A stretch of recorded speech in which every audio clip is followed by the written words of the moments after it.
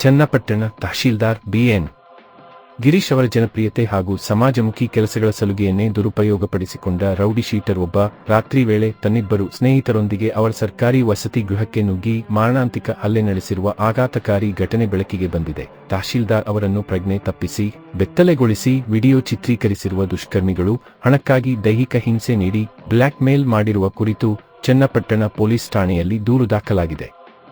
2017ನೇ ಬ್ಯಾಚಿನ KS ಅಧಿಕಾರಿಯಾದ B N Girish ಅವರು ತಾವು ಕೆಲಸ ಮಾಡಿದ ಶಿವಮೊಗ್ಗ, ದಾವಣಗೆರೆ, ಮೈಸೂರು ಹಾಗೂ ಪ್ರಸ್ತುತ ಚನ್ನಪಟ್ಟಣದಲ್ಲೂ ತಮ್ಮ ವಿಶಿಷ್ಟ ಸೇವಾ ಕಾರ್ಯಗಳಿಂದಾಗಿ ಸಾರ್ವಜನಿಕರಲ್ಲಿ ಭಾರೀ ಜನಪ್ರಿಯತೆ ಗಳಿಸಿದ್ದಾರೆ. ಸಾಮಾಜಿಕ ಜಾಲತಾಣಗಳಾದ ಫೇಸ್ಬುಕ್ ಹಾಗೂ ಇನ್ಸ್ಟಾಗ್ರಾಂನಲ್ಲಿ ಸಕ್ರಿಯರಾಗಿರುವ ಇವರಿಗೆ ಮೈಸೂರಿನಲ್ಲಿದ್ದಾಗ ರಾಷ್ಟ್ರೀಯ ಶಿವಶಕ್ತಿ ಸೇನಾಪಡೆಯ ಸಂಸ್ಥಾಪಕ ಎನ್ನಲಾದ ಅನುಷ್ ಎಂಬಾತ ಫೇಸ್ಬುಕ್ ಮೂಲಕ ಪರಿಚಯವಾಗಿದ್ದನು. ಚನ್ನಪಟ್ಟಣಕ್ಕೆ ವರ್ಗಾವಣೆಯಾದ ಮೇಲೂ ಗಿರೀಶ್ ಅವರ ಮನೆಗೆ ಬಂದಿದ್ದ ಅನುಷ್ ತಹಶೀಲ್ದಾರ್ ಅವರ ಸಮಾಜಮುಖಿ ಕೆಲಸಗಳ ಕುರಿತು ಒಂದು ವಿಡಿಯೋ ಮಾಡಿಕೊಡುವಂತೆ ಕೇಳಿದ್ದನು.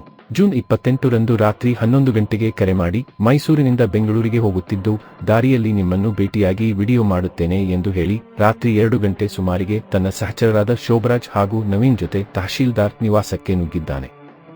ಮನೆಗೆ ಬಂದ ತಕ್ಷಣ ಆರೋಪಿಗಳು ಗಿರೀಶ್ ಅವರ ಮೇಲೆ ಮುಗಿಬಿದ್ದು ಹಲ್ಲೆ ನಡೆಸಿದ್ದಾರೆ.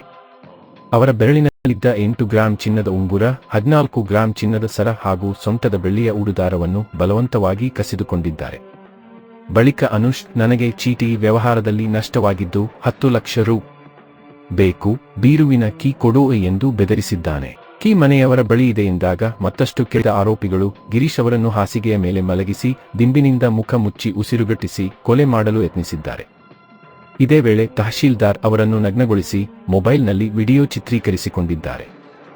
ಬೆಳಗ್ಗೆ 6 ಗಂಟೆಯವರೆಗೆ ಗಿರೀಶ್ ಅವರನ್ನು ಗೃಹಬಂಧನದಲ್ಲಿಟ್ಟು ದೈಹಿಕ ಹಿಂಸೆ ನೀಡಿದ ಮೂವರು ಕೊನೆಗೆ ನನ್ನ ಸಾವಿಗೆ ನಾನೇ ಕಾರಣ ಎಂದು ಗಿರೀಶ್ ಅವರಿಂದ ಬಲವಂತವಾಗಿ ಪತ್ರ ಬರೆಯಿಸಿಕೊಂಡಿದ್ದಾರೆ.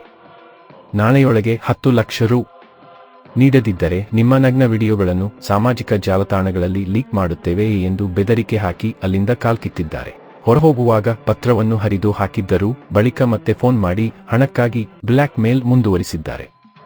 ಸದ್ಯ ಚನ್ನಪಟ್ಟಣ ಸರ್ಕಾರಿ ಆಸ್ಪತ್ರೆಯಲ್ಲಿ ಚಿಕಿತ್ಸೆ ಪಡೆದು ಚೇತರಿಸಿಕೊಂಡಿರುವ ತಹಶೀಲ್ದಾರ್ ಗಿರೀಶ್ ಮೂವರ ವಿರುದ್ಧ ದೂರು ನೀಡಿದ್ದಾರೆ. ಪೊಲೀಸ್ ತನಿಖೆಯ ಪ್ರಕಾರ ಮುಖ್ಯ ಆರೋಪಿ ಅನುಷ್ ಮೂಲತಃ ಚಾಮರಾಜನಗರ ಜಿಲ್ಲೆಯವನಾಗಿದ್ದು ಮೈಸೂರಿನಲ್ಲಿ ಜಿಮ್ ತರಬೇತುದಾರನಾಗಿದ್ದನು. 33 ವರ್ಷದ ಈತನ ವಿರುದ್ಧ ಮೈಸೂರಿನ ವಿಜಯನಗರ ಪೊಲೀಸ್ ಠಾಣೆಯಲ್ಲಿ ರೌಡಿ ಶೀಟರ್ ಪಟ್ಟಿ ತೆರೆಯಲಾಗಿದ್ದು ಹೊಡೆದಾಟ ಸೇರಿದಂತೆ ಹಲವು ಪ್ರಕರಣಗಳು ದಾಖಲಾಗಿವೆ. ಇತ್ತೀಚೆಗೆ ಚೀಟಿ ವ್ಯವಹಾರದಲ್ಲಿ ಭಾರಿ ನಷ್ಟ ಅನುಭವಿಸಿದ್ದ ಈತ ತಹಶೀಲ್ದಾರ್ ಅವರ ಸ್ನೇಹ ಮತ್ತು ಸರಳತೆಯನ್ನು ಬಂಡವಾಳ ಮಾಡಿಕೊಂಡು ಈ ಕೃತ್ಯ ಎಸಗಿದ್ದಾನೆ. ಸರ್ಕಾರಿ ಶಾಲೆಗಳಿಗೆ ಬಣ್ಣ ಬಳಿಯುವ ಅಭಿಯಾನ, ಎಸ್ಎಸ್ಎಲ್ಸಿ ಫಲಿತಾಂಶ ಸುಧಾರಣೆಗೆ ವಿದ್ಯಾರ್ಥಿ ಹಾಗೂ ಶಿಕ್ಷಕರಿಗೆ ವಿಶೇಷ ಕಾರ್ಯಾಗಾರಗಳನ್ನು ನಡೆಸಿ ನಾಗರಿಕರ ಮನಗೆದ್ದಿದ್ದ ಗಿರೀಶ್ ಅವರು ಸದಾ ಜನಸ್ನೇಹಿಯಾಗಿದ್ದರು. ಸಂಘ ಸಂಸ್ಥೆಗಳು ಹಾಗೂ ಸಾರ್ವಜನಿಕರಿಗೆ ಸುಲಭವಾಗಿ ಸಿಗುತ್ತಿದ್ದ ಇವರ ಇದೇ ಗುಣ ಹಾಗೂ ಸಮಾಜಮುಖಿ ಜನಪ್ರಿಯತೆಯೇ ಈಗ ಇವರಿಗೆ ಮೂಲವಾಗಿ ಪರಿಣಮಿಸಿರುವುದು ದುರದೃಷ್ಟಕರ. ಸದ್ಯ ಪೊಲೀಸರು ಆರೋಪಿಗಳ ಪತ್ತೆಗಾಗಿ ಜಾಲ ಬೀಸಿದ್ದಾರೆ.